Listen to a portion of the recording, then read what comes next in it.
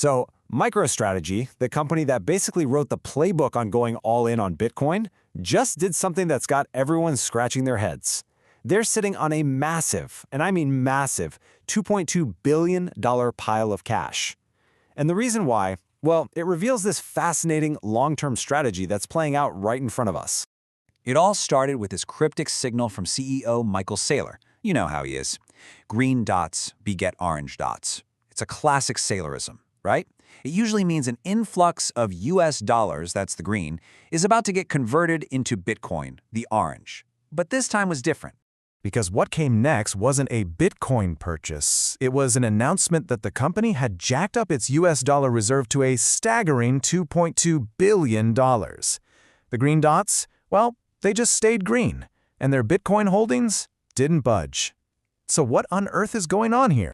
This really is the central question for this whole explainer. Why is the world's biggest corporate holder of Bitcoin suddenly hoarding cash? Is this some kind of change of heart, a sign of weakness? Well, let me tell you, the answer is way more interesting than that. Okay, first things first. To really get this move, you have to see it not as a sign of weakness, but as a move made from a position of incredible strength. Think of it like a financial fortress that they've been carefully building for the last 4 years. I mean, just look at the sheer scale of this transformation. It's night and day. Think back to 2020. The company had about $500 million in cash and 0 Bitcoin. That was it. That was their whole buffer. Now, fast forward to today, and they have over 670,000 Bitcoin and more than $2 billion in cash. This is a fundamentally different and a much, much stronger company. And let's be clear, this cash isn't just sitting there collecting dust. It's a strategic weapon.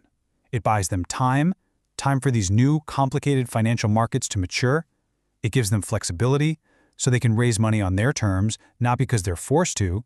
It covers something like 32 months of dividend payments, which, makes credit analysts sleep a lot better at night. And, crucially, it eases the pressure around future debt. So the main point here is this. This cash builds a rock-solid foundation of resilience. Okay, so if they've built this incredible fortress, why not just use their shiny, new, cutting-edge financial tools to buy more Bitcoin? Well, this gets us right to the heart of the matter. It's all about a set of instruments they call the preferred stack, which are absolutely key to their future, but they're just not quite ready for prime time yet.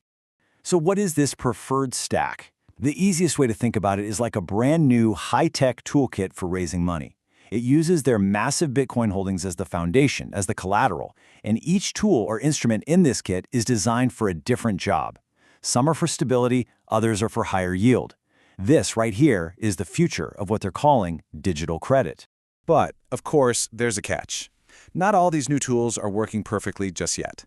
The short-term one, called STRC, it's designed to be super stable, almost like cash. But the market demand for it, it's just not consistent enough. And the longer-term instruments are also still kind of finding their footing. Investors are still learning how to properly price them. The whole market is really in a learning phase right now. And this chart, it shows you the problem perfectly. The STRC was designed to trade right at $100. And that price isn't just a symbol, it's functional. At $100, MicroStrategy can efficiently issue it to raise capital. But look, it's been trading just below that, around $99. Now that might seem like a tiny difference, but it's actually a really big deal. It's a signal that the market just isn't ready to absorb this new thing at the scale they need it to. And this is where you see the real strategy, the real genius shine through. This situation isn't some kind of failure, it's actually a sign of incredible discipline. MicroStrategy is choosing to wait, and that choice to wait is a powerful, strategic move all by itself. So here's their playbook, step by step. Number 1, they observe. They see that their new tools, the preferred stack, are still growing up, still maturing. 2, they actively avoid using them for now because issuing these things below their target price would just kill the market's confidence before it even gets started. 3, so instead, they use their old, reliable funding method, the common stock ATM, to get the cash they need. And 4, they wait. They're giving the market the time it needs to digest, to understand, and ultimately to trust these new forms of digital credit. And man, this quote from the source material just nails it. Credit doesn't scale on excitement. It scales on trust, repetition, and predictability. You just can't rush the creation of a whole new credit market. It's not about hype. It's built slowly, brick by brick, through trust and predictable behavior. MicroStrategy gets that. and they're willing to be patient and let that process play out. So where does all this lead? Well, right now, MicroStrategy is basically walking down two paths at the same time. But what's important is that both paths lead to the exact same destination, getting more Bitcoin. The real question is, which path is going to carry the load in the months ahead? You've got the proven path on one hand, the common stock ATM. It's reliable, it's liquid, it works at scale right now. And on the other side, you've got the future path, the preferred stack. This is the ultimate goal, a system of true digital credit, but it's still in the process of building that all-important credibility with the market. So, if there's one thing to really take away from all this, it's this. Them using their common stock to raise cash right now is not a retreat. It's not a step backward at all. It's a deliberate, patient tactic that protects their long-term strategy. It lets their revolutionary digital credit system develop the right way without being rushed or forced before it's truly ready. And that leaves us with the big, multi-billion-dollar question, doesn't it?